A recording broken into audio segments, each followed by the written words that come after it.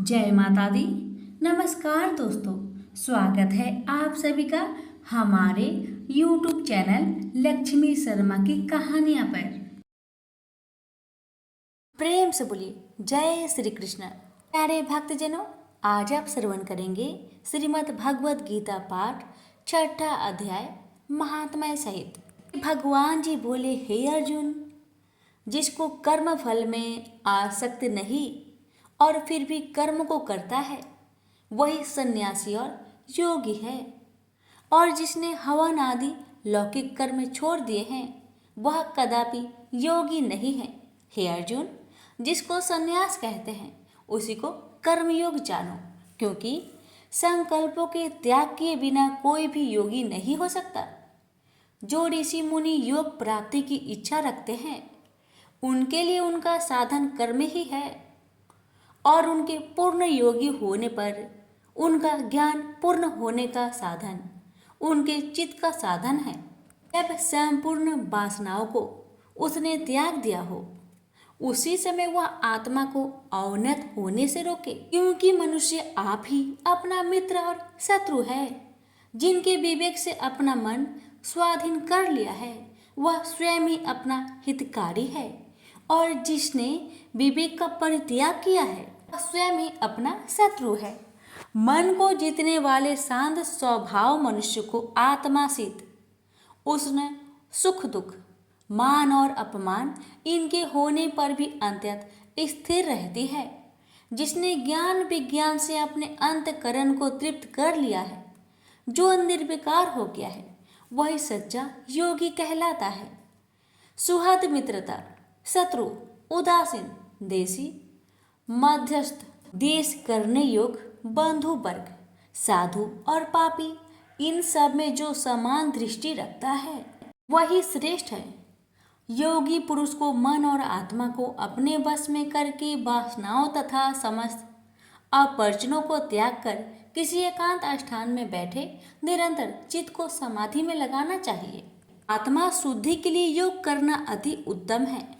शरीर, मस्तक और गर्दन को सम करके अचल होकर स्थिर होने पर अपनी नासिका के अग्रभाग को देखता हुआ सब दिशाओं से अपनी दृष्टि हटाए रहे।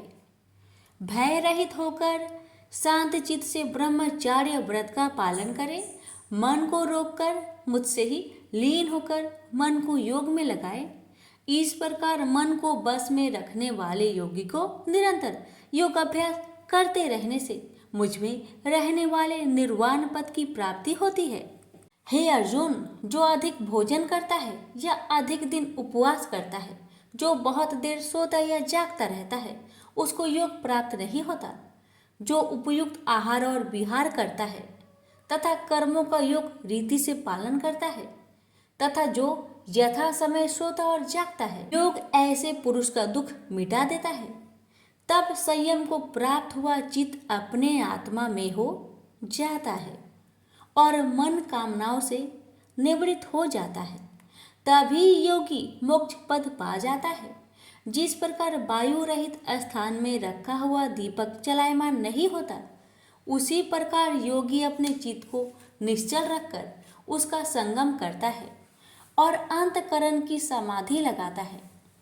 जिस अवस्था में योग अभ्यास के कारण चित्त का वेग रुककर विषयों से पृथक होने लगता है, और जब शुद्ध अंतकरण से आत्मा को देखकर आत्मा में ही संतुष्ट होता है, जिस अवस्था में वह अत्यंत सुख जो इंद्रियों द्वारा जाना जा सकता है वरन केवल बुद्धि से ही जाना जा सकता है, और जब वह योगी अनुभव करता है तब आत्मा स्वरूप में स्थिर हो उससे विचलित नहीं होता।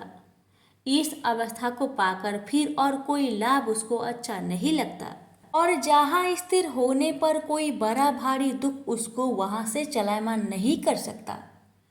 इस अवस्था को दुख संयोग वियोग कारक नामक योग जानना हो तो योग निर्विकल्प चित्त से निश्चय करके जानना चाहिए।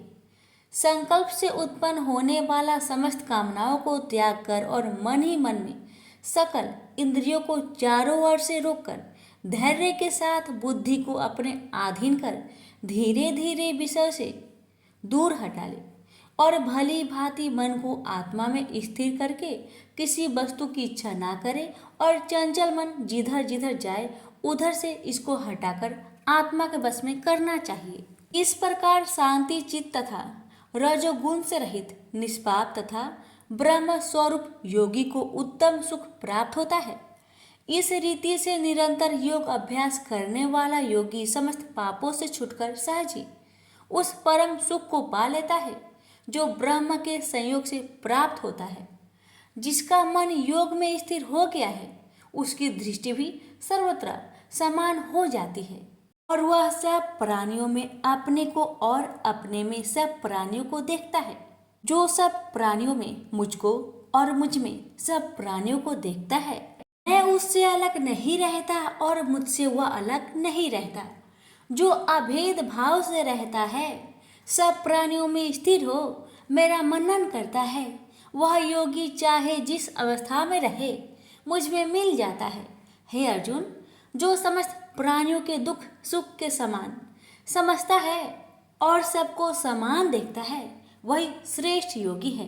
अर्जुन बोले, हे मधुसूदन, आपने जो योग बताया कि सबको अपने ही समान देखे, सो मन के चंचल होने के कारण मैं उसको अपने में दृढ़ स्थिर नहीं देखता हूँ।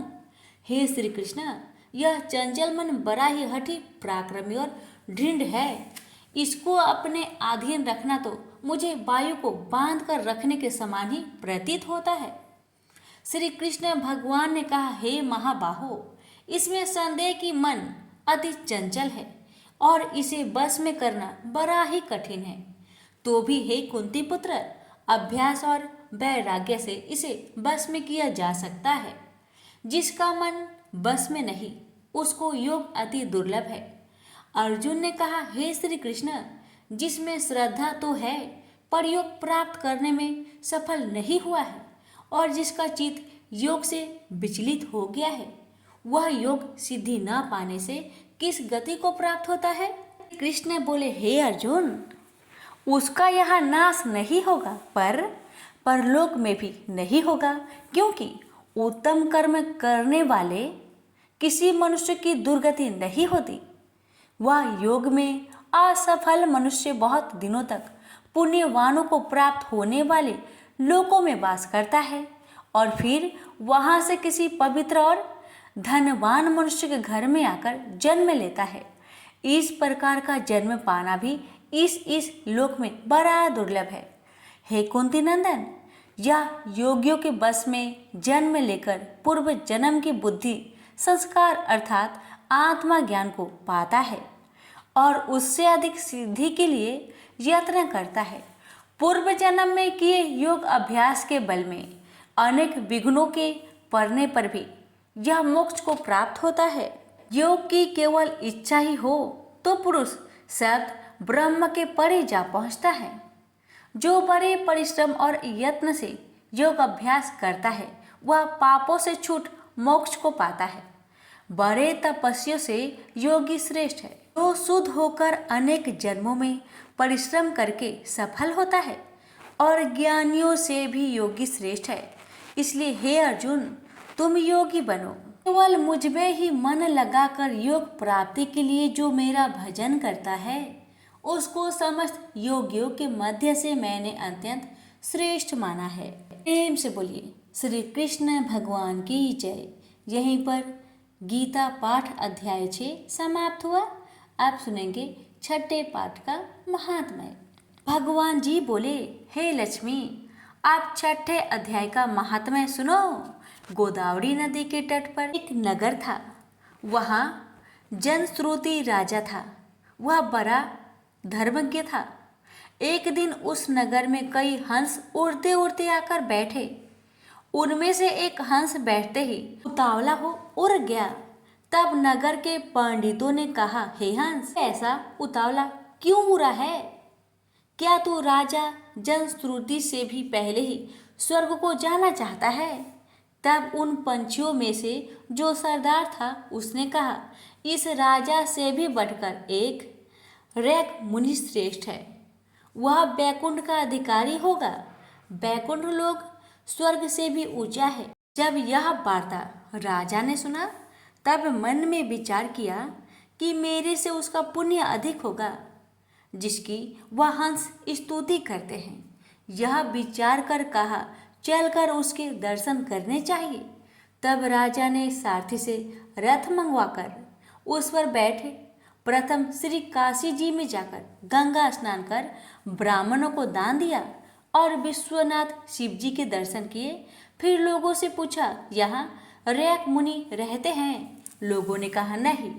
तब राजा दक्षिण दिशा को गया, वहाँ भी स्नान ध्यान कर दान दिया और द्वारिकानाथ को भोग परोसा। फिर लोगों से पूछा कि यहाँ कोई रैक मुनि रहते हैं? लोगों ने कहा नहीं।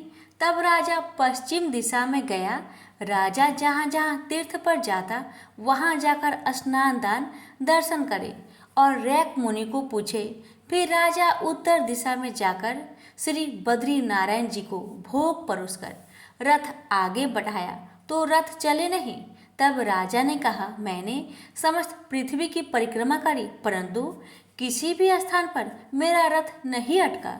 यहाँ पर अटका है, इससे प्रतीत होता है कि यहाँ अवश्य ऐसी कोई पुण्य आत्मा रहते हैं जिसके तेज से मेरा रथ नहीं चलता।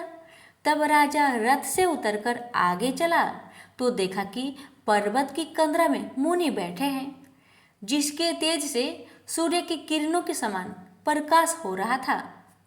तब राजा ने प्रकाश को देखते ही कहा, रैक मुनि होंगे।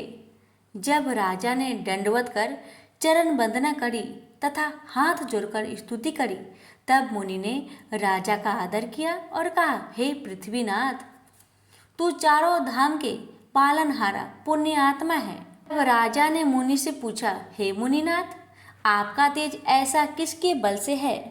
मुनि ने कहा, हे राजन, मैं नित्य प्रति गीता जी के 6ठे अध्याय का पाठ करता हूँ। इस कंदरा में उसी का प्रकाश है। यह सुनकर राजा ने अपने पुत्र को बुलाकर कहा, हे पुत्र, आज से तू राज्य कर, मैं तीर्थों को जाता हूँ। इतना कहकर राजा ने राज्य त्याग दिया और रैक मुनि ने श्री गीता जी के 6ठे अध्याय का पाठ आरंभ कर दिया। तो वह राजा भी पाठ करने लगा। पाठ के प्रभाव से राजा त्रिलोकदर्शी हो गया। इस प्रकार दोनों को वन में रहते रहते कई वर्ष बीत गए। एक दिन प्राणायाम करके दोनों ने देह त्याग दिया। स्वर्ग से विमान आए, उस पर बैठकर बैकुंठ को गए। प्रेम से बोलिए लक्ष्मी नारायण की जय।